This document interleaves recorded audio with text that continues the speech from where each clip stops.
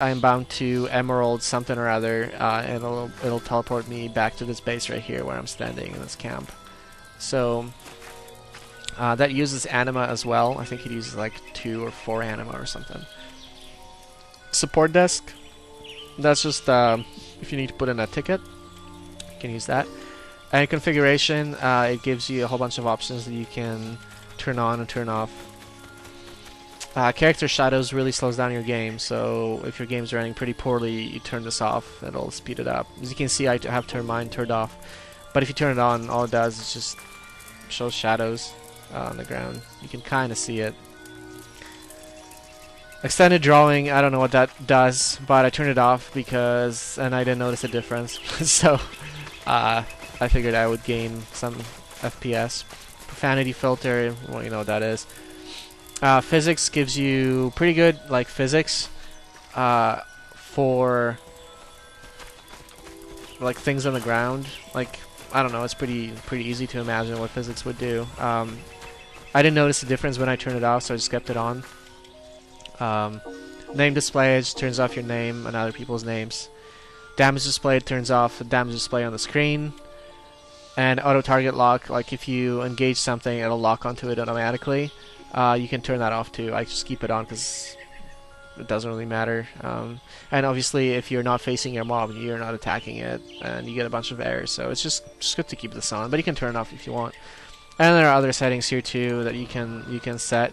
One of the settings is chat filter, and what chat filter does is you can enable filters for the chat. Where you see where it says Futakaze botches the synthesis.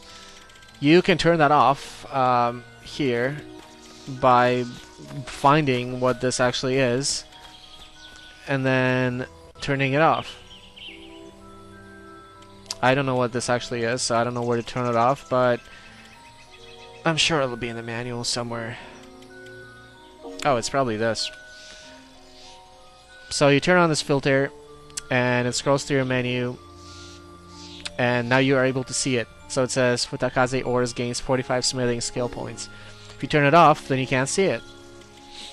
And then also this and other things. Shut filter is a feature that comes from Final Fantasy XI, and it's pretty useful. But compared to other MMOs, this is so primitive. It's just like they straight up tore this feature out of Final Fantasy XI. So yeah, this is probably gonna be pretty much it. I should have another video that's gonna detail exactly combat and the introductory sequence, and just a whole bunch of stuff. But for now, I'll go ahead and go out and try to kill something. So I'll go ahead and select teleport and teleport to an easy area. Camp Bent Branch, that's the first camp that you get to. You can see here it says using 4 of 84 anima to teleport, and it asks you if you want to teleport. So I go yes, and it's teleporting. You don't know this, but it actually is teleporting. And there we go.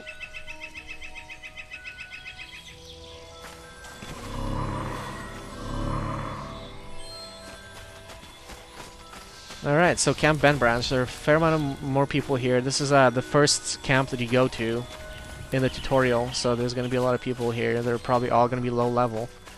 So I'll go out here and talk to, or not talk to, I'll try to slay some rats or something if I can find any.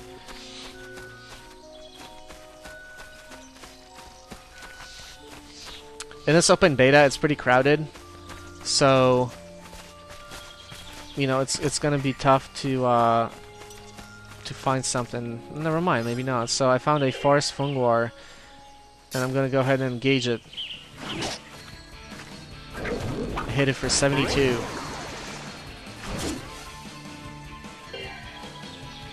And I hit it again. So this mob is pretty low level, so it's going to be easy for me to kill. So here, as you can see in combat, when you crit, it actually does like a special move. Like in my case, it did.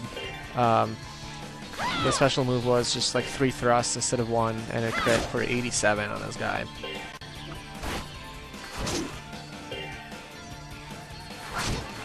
These funguars are serious business. Okay, I don't know what's going on here, but I am losing health for some reason. Oh, maybe not anymore. Anyway, so once you kill something, you drop out of combat. You actually have to sheath your weapon manually, and then you start regaining health. I'm gonna go ahead and try to find something else to kill. There are obviously aggro mechanics. Like some things will aggro you, and some things won't aggro you. But I'm trying to go out over here, see if maybe there are some more things to kill.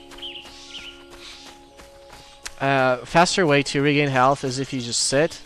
If you sit, your health regains a little bit quicker. I don't know what the actual number is, but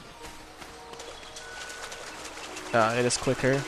There are a lot of one thing that you notice first thing when you log into Final Fantasy XIV is that people use a bunch of anime names or like names from other, you know, Cloud Strife or freaking Tina Lockhart or Melissa Mao or something. Like they'll have some anime character names or whatever, Takahashi Yusuke, some shit like that, you know, like a whole bunch of anime names. And people will make up like funny names. So that's fun. It's always fun to see funny names. Alright, so I'm running out over here, trying to find something to kill. As you can see, this game is beautiful. Unfortunately, one thing that it suffers from is that right now in open beta, each area looks exactly the same. So the forest that you see here is like exactly the same everywhere on the map, which is kind of stupid because you're gonna eventually get bored of the same tile set, especially if you need to play in the same tile set for like 30 levels. So that's kind of unfortunate, but you know, whatever, we can work with it. If you're a hardcore Final Fantasy fan, I'm sure you won't mind. So running out over here, this is actually where I grinded for like a long time. And I find Forest Funguar. Alright.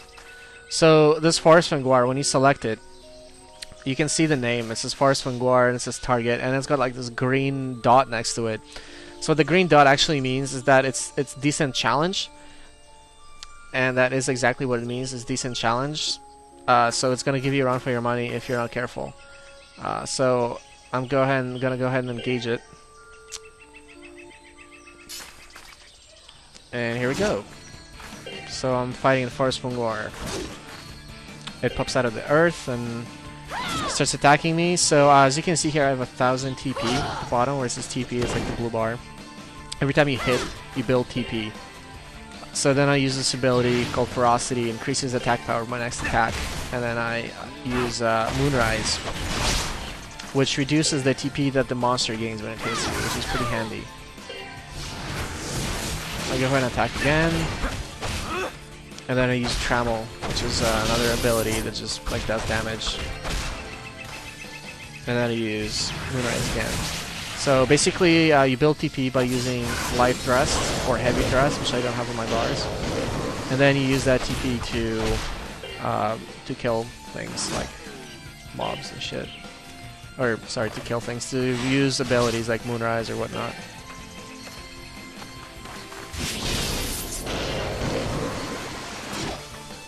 It's spamming abilities. It's spamming poison on me.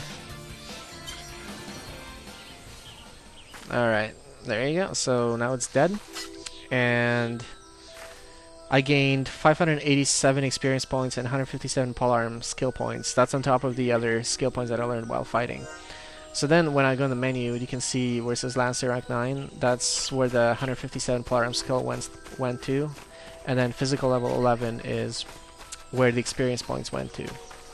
So 587 towards the 23,833, and then 157 polearm skill towards the 5,409 that I need. So while you're poisoned, you actually don't regain health, so you have to wait for poison to wear off before you regain health. And yeah, that's pretty much it. Unfortunately, one thing that this game suffers from is that just isn't enough to do. There aren't enough levees or quests to do. When you get a levee, it just gives you like your own set of mobs that you have to kill that nobody else can touch.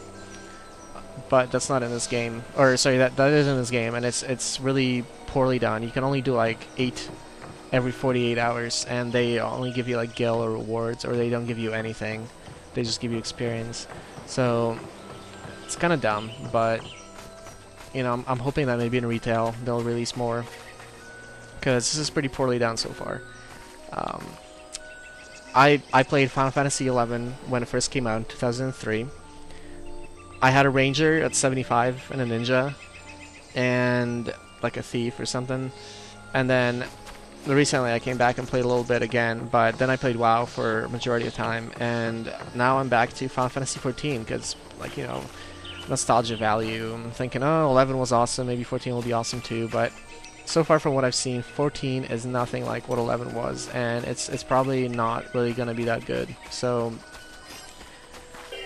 if open beta is anything like what retail is going to be, then I highly recommend that you stay away and stay clear. I am not going to buy this game on release. I'm going to wait. I have a bunch of people in my guild who are actually going to be trying this game, so I'm going to go ahead and wait till they play it and see what their impressions are, and then if they say that it's good and that I should go and get it, then I'll go check it out. But I am not convinced, and I've had my fair share of letdowns, beginning with Age of Conan, ending with Aeon, so I'm skeptical, and I think rightfully so, because yeah, I don't need to be spending $60 in the game and finding out that it sucks. So yeah, that's pretty much it. There are some things that I didn't cover, like the introductory sequence that doesn't really teach you anything. It's just like, here's 3 mobs, go ahead and figure out on your own how to kill them. And then other things like, well, I don't know, now I forget, but yeah, this 3-part review on YouTube should give you guys a little bit of insight into Final Fantasy XIV. And coming from a hardened veteran of World of Warcraft and a moderate veteran of Final Fantasy XI, I don't recommend that you get this. I would give this a 3 out of 10 right now, as it is in open beta. So this is not worth the purchase.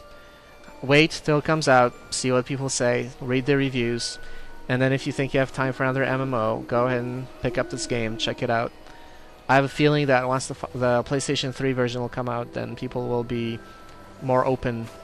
There will be more reviews, and there will be more fixes and patches to this game, and by then this game should hopefully be on the same level that 11 was. But right now, 3 out of 10. I'm going to not bother, and I'll probably just wait, see what people say. Okay, this is going to wrap this up. If you have any questions, feel free to post them in the comment section.